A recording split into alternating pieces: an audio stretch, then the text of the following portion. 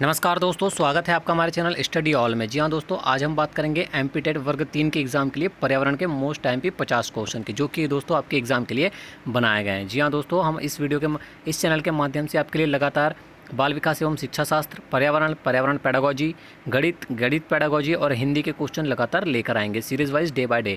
तो दोस्तों लगातार वीडियो पाने के लिए चैनल को सब्सक्राइब करें और बेल आइकन पर प्रेस करें, ताकि आपको लगातार वीडियो की नोटिफिकेशन मिलती रहे। और दोस्तों वीडियो पसंद आए तो प्लीज़ वीडियो को लाइक और शेयर जरूर कीजिएगा। चलिए देखते हैं आज का पहला प्रश्न क्या है पर्यावरण का। देखते हैं आज का कि पहला क्वेश्चन क्या है। निम्नलिखित भारतीय राज्यों में से किस राज्य की कोई समुद्री सीमा नहीं है? आपको बताना है दोस्तों कि वह कौन सा ऐसा राज्य है जिसकी कोई समुद्री सीमा नहीं है। गुजरात है, गोवा है, महाराष्ट्र है या फिर राजस्थान है। तो दोस्तों वो राज्य है आपका राजस्थान। कौन सा है दोस्तों? राजस्थान ऐसा राज्य है इनमें से, ये चारों में से, जिसकी कोई भी समुद्री सीमा नहीं है। तो दोस्तों आपका आंसर हो जाएगा ऑप्शन नंबर 4। नेक्स्ट क्वेश्चन देखते हैं दोस्तों। किसी नदी के प्रदूषण स्तर की माप की जाती है। बहुत ही इंपॉर्टेंट क्वेश्चन है दोस्तों एग्जाम के लिए कि किसी नदी के प्रदूषण के स्तर की जो माप है वो किसके द्वारा की जाती है? एटीपी के द्वारा, एसटीपी के द्वारा, बीओडी के द्वारा या डब्ल्यूपीएल के द्वारा। दोस्तों किसी भी नदी का अगर प्रदूषण स्तर है तो अगर उसको मापना है तो वो किसके द्वारा मापी जाएगी? वो मापी जाएगी दोस्तों ऑप्शन नंबर 3, बीओडी के द्वारा। जी हाँ दोस्तों, किसके द्वारा मापी जाएगी? बीओडी के द्वारा। इसलिए आपका आंसर क्या हो जाएगा? Option number 3। नेक्स्ट क्वेश्चन देखते हैं। वायरस संक्रमण से होने वाला रोग है। आपको बताना है दोस्तों कि वायरस संक्रमण से इनमें से कौन सा रोग होता है? टाइफाइड, कॉलरा, मलेरिया या फिर जुकाम। तो दोस्तों इनमें से आपको बताना है कि वायरस यानी विषाणु से कौन सा रोग होता है। तो दोस्तों विषाणु से होने वाले रोग के अंतर्गत आएगा आपका जुकाम। कौन सा आएगा दोस्तों? जुकाम जो है वो वायरस के द्वारा होता है इन चारों में से। तो आपका आंसर हो जाएगा ऑप्शन नंबर डी, जुकाम। चलिए नेक्स्ट क्वेश्चन की ओर बढ़ते हैं। बहुत ही इंपॉर्टेंट क्वेश्चन है दोस्तों एग्जाम की दृष्टि से सभी। भारत में कृषि को प्रभावित करने वाला मौसम का सबसे महत्वपूर्ण तत्व कौन सा है? बहुत ही इंपॉर्टेंट क्वेश्चन है ये भी दोस्तों कि भारत में कृषि को प्रभावित करने वाला मौसम का सबसे महत्वपूर्ण तत्व कौन सा है? तापमान है, वृष्टि है, आर्द्रता है या पवन है? तो दोस्तों वो है आपका ऑप्शन नंबर बी। जो वृष्टि होती है वो कृषि को प्रभावित करने वाला मौसम का सबसे महत्वपूर्ण तत्व होता है। जी हाँ दोस्तों, तो आपका आंसर हो जाएगा ऑप्शन नंबर 2। नेक्स्ट क्वेश्चन देखते हैं। वायुमंडल की सबसे ठंडी परत कौन सी है? ये भी क्वेश्चन दोस्तों एग्जाम में बार बार देखा जाता है। वायुमंडल की सबसे ठंडी परत कौन सी है? मध्यम मंडल है, तापमंडल, क्षोभ मंडल या फिर आयन मंडल? तो दोस्तों जो वायुमंडल की जो सबसे ठंडी परत मानी जाती है वो मानी जाती है आपकी मध्यम मंडल। कौन सी मानी जाती है? मध्यम मंडल। तो आपका आंसर हो जाएगा ऑप्शन नंबर 1, मध्यम मंडल जो है वो वायुमंडल की सबसे ठंडी परत होती है। नेक्स्ट क्वेश्चन पे चलते हैं। क्वेश्चन नंबर 6 है आपका। निम्नलिखित में से कौन सी एक ग्रीन हाउस गैस है? आपको बताना है दोस्तों कि 4 ऑप्शन में से कौन सी एक ग्रीन हाउस गैस है? Sulphur dioxide, oxygen, methane gas या ऑर्गन गैस? तो आपको बताना है दोस्तों कौन सी एक ग्रीन हाउस गैस है। तो वो है दोस्तों आपकी कौन सी? Methane gas. CH4 इसका रासायनिक सूत्र होता है। तो आपका आंसर हो जाएगा ऑप्शन नंबर 3, मीथेन गैस जो है वो एक ग्रीन हाउस गैस भी है। नेक्स्ट क्वेश्चन देख लेते हैं। क्वेश्चन नंबर 7 है।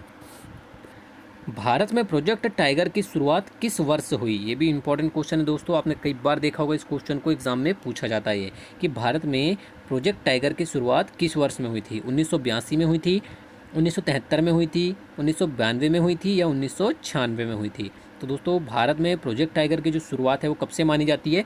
वो मानी जाती है 1973 से। जी हाँ दोस्तों, कब से मानी जाती है? 1973 से। तो आपका आंसर हो जाएगा ऑप्शन नंबर 2, 1973। इस क्वेश्चन को दोस्तों याद कीजिएगा, बहुत ही इंपॉर्टेंट क्वेश्चन है ये। क्वेश्चन नंबर 8 देखते हैं। पृथ्वी तल पर उस काल्पनिक रेखा को क्या कहते हैं जो 180 डिग्री मेरिडियम याम्योत्तर पर खींची है? तो आपको बताना है दोस्तों कि उस रेखा को क्या कहते हैं? कर्क रेखा कहते हैं, विषुवत रेखा कहते हैं, अंतर्राष्ट्रीय तिथि रेखा कहते हैं या प्रधान यामोत्तर रेखा कहते हैं? तो दोस्तों ऐसी रेखा जो 180 डिग्री मेरिडियम पर यामोत्तर पर खींची होती है उसको कौन सी रेखा कहा जाता है? उसको कहा जाता है अंतर्राष्ट्रीय तिथि रेखा। दोस्तों अंतर्राष्ट्रीय तिथि रेखा से भी क्वेश्चन बहुत पूछे जाते हैं एग्जाम में, तो इसको क्वेश्चन को याद रखिएगा दोस्तों। नेक्स्ट क्वेश्चन देखते हैं। क्वेश्चन नंबर 9 है आपका। निम्नलिखित में से किस राज्य में गोल्फ ऑफ मन्नार मैरिन राष्ट्रीय पार्क स्थित है? बताना है दोस्तों आपको कि गोल्फ ऑफ मन्नार मैरिन राष्ट्रीय पार्क किस राज्य में स्थित है? तमिलनाडु में स्थित है, गुजरात में स्थित है, अंडमान द्वीप में स्थित है या फिर पश्चिम बंगाल में स्थित है। तो दोस्तों गोल्फ ऑफ मन्नार मैरिन जो है वो आपका है तमिलनाडु में। जी हाँ दोस्तों, तमिलनाडु में आपका गोल्फ ऑफ मन्नार मैरिन राष्ट्रीय पार्क स्थित है। तो याद रखिएगा ऑप्शन नंबर फर्स्ट आपका आंसर होगा। नेक्स्ट क्वेश्चन देखते हैं। क्वेश्चन नंबर 10 है, जनगणना 2011 के अनुसार भारत में लिंगानुपात है। बहुत ही इजी क्वेश्चन है दोस्तों, ये भी क्वेश्चन सभी को पता होगा कि जनगणना 2011 के अनुसार भारत में लिंगानुपात क्या है। तो दोस्तों बहुत ही आसान क्वेश्चन है, इसका आंसर होगा ऑप्शन नंबर बी 940 अनुपात 1000। जी हाँ दोस्तों, आपका आंसर हो जाएगा option number second. Next question देखते हैं। निम्नलिखित में से किस एक प्राणी को किसान का मित्र कहा जाता है। ये भी दोस्तों मोस्ट एमपी क्वेश्चन है और इजी भी क्वेश्चन है, क्योंकि दोस्तों ये हर एग्जाम में मतलब पूछा ही जाता है। तो दोस्तों चोटी, मधुमक्खी, तितली या फिर केचुआ। तो दोस्तों ऐसा प्राणी जिसे किसान का मित्र कहा जाता है वो है केचुआ, क्योंकि दोस्तों ये ज़मीन को जो है वो उपजाऊ बना देता है, इसलिए इसे किसान का मित्र कहा जाता है। तो ऑप्शन नंबर 4 आपका आंसर हो जाएगा। नेक्स्ट क्वेश्चन देखते हैं। पर्यावरण को बचाने के लिए चिपको आंदोलन से कौन सा राज्य जुड़ा हुआ। ये भी क्वेश्चन दोस्तों एग्जाम में पूछा जाता है बार बार कि पर्यावरण को बचाने के लिए जो चिपको आंदोलन हुआ था वो किस राज्य से जुड़ा है। उत्तर प्रदेश से जुड़ा है, झारखंड से जुड़ा है, उत्तराखंड से जुड़ा है या फिर छत्तीसगढ़ से जुड़ा है। तो दोस्तों ये जुड़ा था आपका उत्तराखंड से। कहाँ से जुड़ा था? उत्तराखंड से जुड़ा है आपका चिपको आंदोलन। ये भी दोस्तों आपको याद रखना है, ऑप्शन नंबर 3 आपका आंसर हो जाएगा। नेक्स्ट क्वेश्चन देखते हैं। क्वेश्चन नंबर 13 है आपका,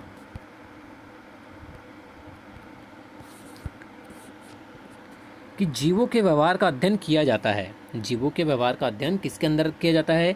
इटियोलॉजी के अंदर, इथोलॉजी के अंदर, नियोलॉजी के अंदर या डेमोलॉजी के अंदर। तो आपको बताना दोस्तों कि जीवों का जो अध्ययन है वो किसके अंदर किया जाता है। तो आपको पता रहना चाहिए दोस्तों कि किसके अंदर किया जाता है। ये इथोलॉजी के अंदर किया जाता है। किसके अंदर किया जाता है? इथोलॉजी के अंदर। तो आपका आंसर क्या हो जाएगा? ऑप्शन नंबर सेकंड आपका आंसर होगा।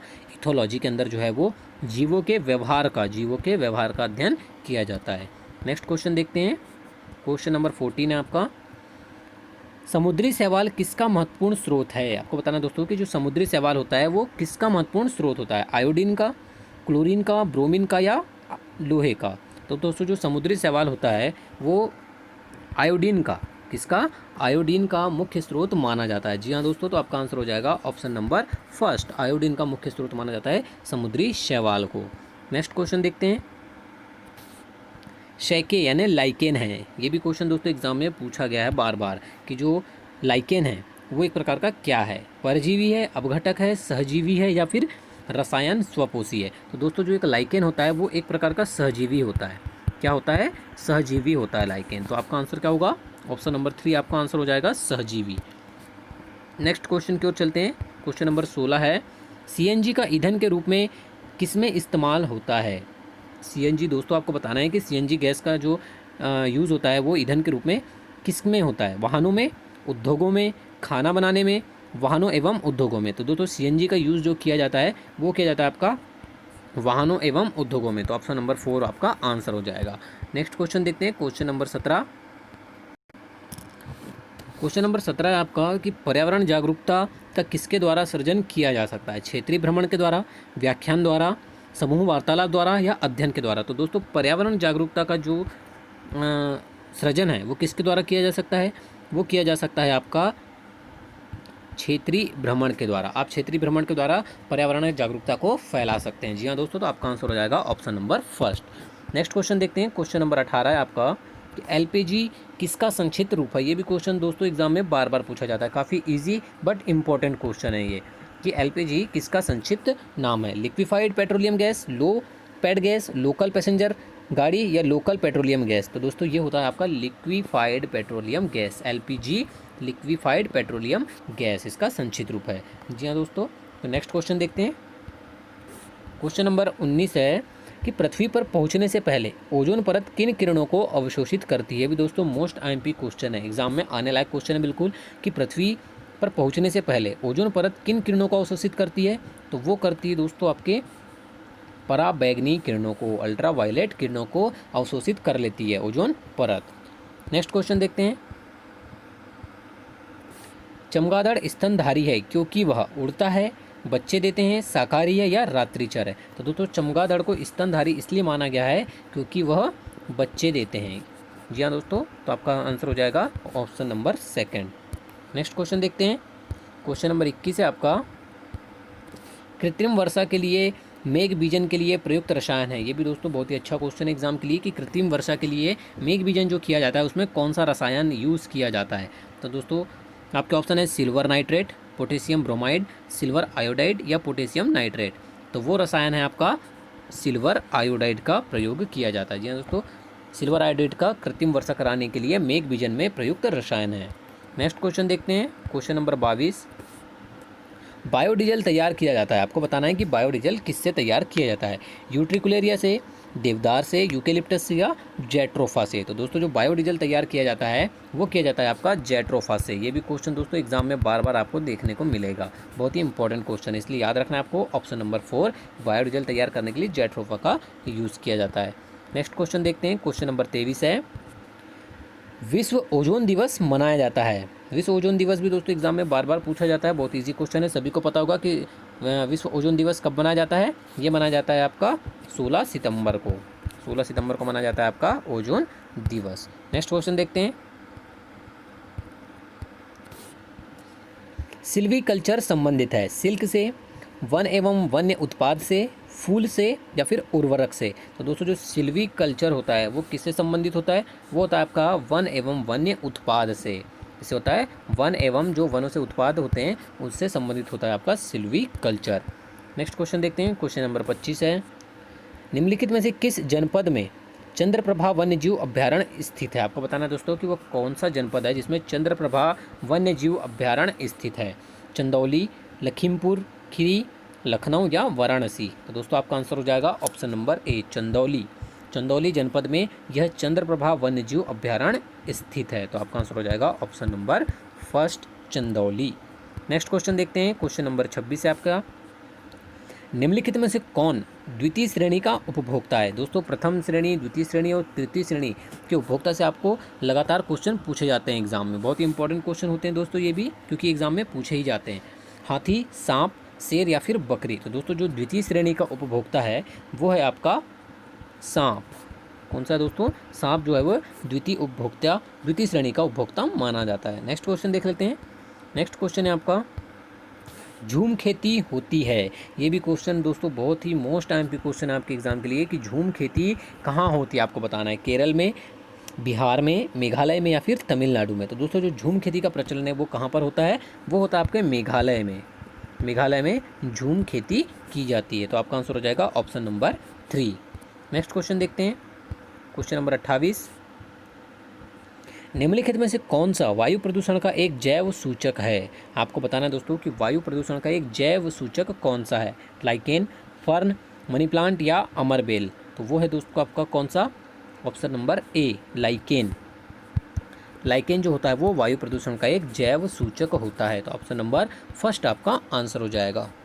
नेक्स्ट क्वेश्चन देखते हैं, क्वेश्चन नंबर 29 है कि प्रदूषण युक्त वायुमंडल को निम्न में से किसके द्वारा स्वच्छ किया जाता है। ऑक्सीजन, धूप, वर्षा या फिर नाइट्रोजन। तो दोस्तों जो प्रदूषण युक्त वायुमंडल होता है उसको वर्षा के द्वारा, किसके द्वारा, वर्षा के द्वारा स्वच्छ किया जाता है। तो आपका आंसर हो जाएगा ऑप्शन नंबर 3, वर्षा। नेक्स्ट क्वेश्चन देखते हैं, जलवायु परिवर्तन का कारण है ग्रीन हाउस गैसें, ओजोन परत का क्षरण, प्रदूषण या उपरोक्त सभी। तो दोस्तों जो जलवायु परिवर्तन का जो कारण होता है वो ग्रीन हाउस गैसें भी होती है, ओजोन परत का जो है क्षरण भी होता है और प्रदूषण के कारण भी जलवायु परिवर्तन होता है। तो दोस्तों आपका आंसर हो जाएगा ऑप्शन नंबर 4, उपरोक्त सभी। चलिए नेक्स्ट क्वेश्चन की ओर बढ़ते हैं। क्वेश्चन नंबर 31 है आपका, निम्न में से कौन सी अंतर्राष्ट्रीय संस्था पूरे विश्व में पर्यावरण सुरक्षा की देखभाल करती है। आपको बताना दोस्तों कि वह अंतर्राष्ट्रीय कौन सी संस्था है जो पूरे विश्व में पर्यावरण की सुरक्षा की देखभाल करती है। WWF, WHO, PETA पेटा या UN। तो दोस्तों वो कौन सी संस्था है, वो है दोस्तों आपके WWF। WWF एक ऐसी अंतर्राष्ट्रीय संस्था है जो पूरे विश्व में पर्यावरण सुरक्षा की देखभाल करती है। तो आपका आंसर हो जाएगा option number first. Next question देखते हैं, कीटनाशकों के अत्यधिक इस्तेमाल से होगा वायु प्रदूषण, जल प्रदूषण, ध्वनि प्रदूषण या उपरोक्त सभी। तो दोस्तों कीटनाशकों के अधिक प्रयोग से वायु प्रदूषण, जल प्रदूषण और ध्वनि प्रदूषण तीनों ही होता है। तो आपका आंसर हो जाएगा ऑप्शन नंबर 4, उपरोक्त सभी। चलिए नेक्स्ट क्वेश्चन की ओर बढ़ते हैं। क्वेश्चन नंबर 33 है आपके सामने, कि लवण जो जल का अवशोषण करता है क्या कहलाता है। ये भी दोस्तों बहुत ही अच्छा क्वेश्चन एग्जाम की दृष्टि से, कि वह लवण जो जल का अवशोषण करता है वो क्या कहलाता है। एनहाइड्राइड लवण, हाइग्रोस्कोपिक लवण, हाइड्रोफिलिक लवण या हाइड्रोफोबिक लवण। तो दोस्तों ऐसा लवण जो जल का अवशोषण करता है वो कहलाता है आपका हाइग्रोस्कोपिक लवण। कौन सा लवण? हाइग्रोस्कोपिक लवण कहलाता है वह लवण जो जल का अवशोषण कर लेता है। नेक्स्ट क्वेश्चन देखते हैं। क्वेश्चन नंबर 34 है, विश्व उष्मायन के लिए निम्न में से कौन एक कारक है। आपको बताना है कि विश्व उष्मायन के लिए वह कौन सा कारक है जो इसके लिए जिम्मेदार है। तो आपको बताना है दोस्तों कि पेड़ पौधे से निकली गैसें, भट्टियों से निकली गर्म हवा, रसोई गैस या वाहनों से निकली गैसें। तो दोस्तों इसके लिए जो होता है वो होता है, सबसे ज़्यादा उत्तरदायी कौन है? वाहनों से निकली जो गैसें होती है वो विश्व उष्मायन के लिए एक बहुत ही बड़ा कारक होता है। तो आपका आंसर हो जाएगा ऑप्शन नंबर 4, वाहनों से निकली गैसें। नेक्स्ट क्वेश्चन देखते हैं। क्वेश्चन नंबर 35 की ओर बढ़ते हैं। धातुमय प्रस्तर किसे कहा जाता है। ये भी क्वेश्चन दोस्तों बहुत ही बार पूछा गया एग्जाम की। धातुमय प्रस्तर जो होता है वो किसे कहा जाता है? बिटुमिन को कहा जाता है, बॉक्साइट को कहा जाता है, अयस्क को कहा जाता है या मेटालाइट को कहा जाता है। तो दोस्तों जो धातुमय प्रस्तर है वो किसे कहा जाता है? वो अयस्क को कहा जाता है। अयस्क को ही धातुमय प्रस्तर कहा जाता है। नेक्स्ट क्वेश्चन देखते हैं। क्वेश्चन नंबर 36, भूकंप मापा जाता है। बहुत ईजी क्वेश्चन दोस्तों कि भूकंप को किससे मापा जाता है। तो भूकंप को मापा जाता है दोस्तों रिक्टर पैमाने से। जी हाँ दोस्तों, ऑप्शन नंबर 4 आपका आंसर हो जाएगा। नेक्स्ट क्वेश्चन देखते हैं। महासागरों में जल स्तर वृद्धि का कारण है। आपको बताना दोस्तों कि महासागर में जो जल स्तर में जो वृद्धि होती है वो किसके कारण होती है? अत्यधिक वर्षा के कारण होती है, ध्रुवीय प्रदेश में बर्फ के पिघलने के कारण होती है, अम्लीय वर्षा के कारण होती है, क्या उपरोक्त में से कोई नहीं। तो दोस्तों महासागरों में जो जल स्तर का वृद्धि का जो कारण होता है, प्रमुख कारण, वो होता है ध्रुवीय प्रदेश में बर्फ का पिघलना। ध्रुवीय प्रदेशों में बर्फ के पिघलने के कारण ही जो महासागर है उनमें जल का स्तर बढ़ जाता है। तो ऑप्शन नंबर 2 आपका आंसर हो जाएगा। नेक्स्ट क्वेश्चन देखते हैं। क्वेश्चन नंबर 38 है, वायु प्रदूषण को कम किया जा सकता है वृक्षों के द्वारा, मछलियों के द्वारा, जंतुओं के द्वारा या सूर्य प्रकाश के द्वारा। तो काफ़ी इजी क्वेश्चन है दोस्तों, सभी को पता होगा कि वायु प्रदूषण को किस तरह कम किया जा सकता है? वृक्ष लगाकर। हाँ दोस्तों, तो आपका आंसर होगा ऑप्शन नंबर 4, ऑप्शन नंबर 1, वृक्ष लगाकर। नेक्स्ट क्वेश्चन देखते हैं। क्वेश्चन नंबर 39 है, विश्व पर्यावरण दिवस कब मनाया जाता है। काफ़ी इजी क्वेश्चन है दोस्तों, सभी को पता है कि 5 जून को विश्व पर्यावरण दिवस मनाया जाता है। नेक्स्ट क्वेश्चन देखते हैं। पारिस्थितिकी तंत्र का उदाहरण है वायु, तालाब, जल या फिर मृदा। तो दोस्तों जो पारिस्थितिकी तंत्र के उदाहरण के अंतर्गत आएगा वो है आपका तालाब। याद रखिएगा, जो तालाब होता है वो पारिस्थितिकी तंत्र के अंदर आता है। तो आपका आंसर हो जाएगा ऑप्शन नंबर 2। नेक्स्ट क्वेश्चन देखते हैं। निम्न में से कौन पर्यावरण के लिए हानिकारक है। आपको बताना दोस्तों कि पर्यावरण के लिए हानिकारक निम्न में से कौन सा है? कागज, कपड़ा, प्लास्टिक या फिर धातु। तो आपका आंसर होगा ऑप्शन नंबर सी, क्योंकि दोस्तों आपका आंसर होगा प्लास्टिक, ऑप्शन नंबर 3, क्योंकि यह गलता नहीं है। जी हाँ दोस्तों, ये गलता नहीं है, सड़ता नहीं है और जल्दी से नष्ट भी नहीं होता, इसलिए यह पर्यावरण के लिए एक हानिकारक तत्व है। नेक्स्ट क्वेश्चन देखते हैं। ध्वनि प्रदूषण मापा जाता है डेसिबल में, फॉन में, डेसी में या फिर डेसीमल में। तो दोस्तों जो ध्वनि प्रदूषण मापा जाता है वो किस में मापा जाता है? डेसीबल में। तो ऑप्शन नंबर 1 आपका आंसर हो जाएगा।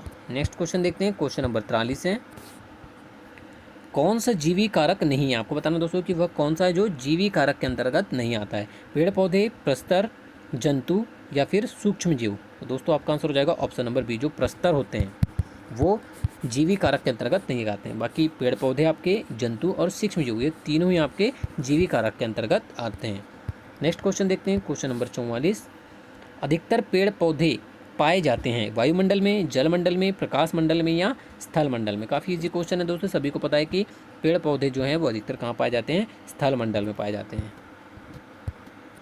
क्वेश्चन नंबर 45 है, अन्य मृत जंतुओं पर निर्वाह करने वाले प्राणी को कहते हैं पैरासाइट, डीकम्पोजर, स्कैवेंजर या ओमनीवोर। दोस्तों जो अन्य मृत जंतुओं पर जो निर्वाह करते हैं उन्हें कौन से जीव कहा जाता है? उन्हें कहा जाता है दोस्तों स्कैवेंजर। क्या कहा जाता है? जो अन्य मृत जीवों पर निर्वाह करते हैं उन्हें स्कैवेंजर भी कहा जाता है। निम्न में से कौन विश्व उष्मायन का कारण है? तो दोस्तों आपका आंसर हो जाएगा, क्वेश्चन पहले भी आ गया है, ऑप्शन नंबर 2, वायु प्रदूषण जो है वो विश्व उष्मायन का एक कारण है। नेक्स्ट क्वेश्चन देखते हैं। क्वेश्चन नंबर 47 है आपका, कि भारत तथा दूसरे देशों में प्रदूषण को रोकने के लिए बनाए गए नियम किसके प्रयोग को रोकता है? प्लास्टिक थैले के नियम, प्लास्टिक के थैले, कागज़ के थैले, नायलॉन के थैले या चमड़े के थैले को? दोस्तों भारत तथा दूसरे देशों में जो प्रदूषण को रोकने के लिए नए नियम बनाए गए हैं वो किसके प्रयोग को रोकता है? तो वो रोकता है दोस्तों प्लास्टिक के थैले को, प्लास्टिक बैग को बैन किया गया है। तो आपका आंसर हो जाएगा option number first. Next question देखते हैं। क्वेश्चन नंबर 48 है कि परम तापक्रम पैमाना कौन सा है?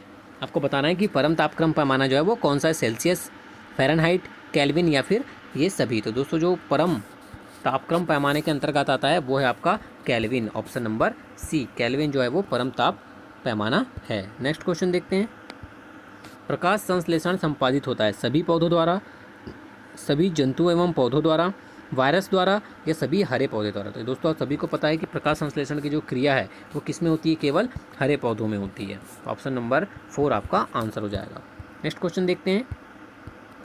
आज का आखिरी क्वेश्चन है दोस्तों कि सूर्य की हानिकारक किरणों से पृथ्वी को कौन सा स्तर सुरक्षित रखता है? आपको बताना है दोस्तों कि सूर्य की जो हानिकारक जो किरण होती है जो पृथ्वी पे आने से पहले कौन ऑब्जर्व कर लेता है या कौन अवशोषित कर लेता है और पृथ्वी को सुरक्षित रखता है? ओजोन स्तर, आयन मंडल, चुंबक मंडल या क्षोभ मंडल? सभी को पता है दोस्तों कि वो कौन सा स्तर है, वो है आपका ओजोन स्तर। जो ओजोन स्तर होता है वो सूर्य से निकलने वाली जो हानिकारक पराबैंगनी किरणें होती है उनको अवशोषित कर लेता है और पृथ्वी पर आने से रोक लेता है। तो आपका आंसर हो जाएगा ऑप्शन नंबर फर्स्ट।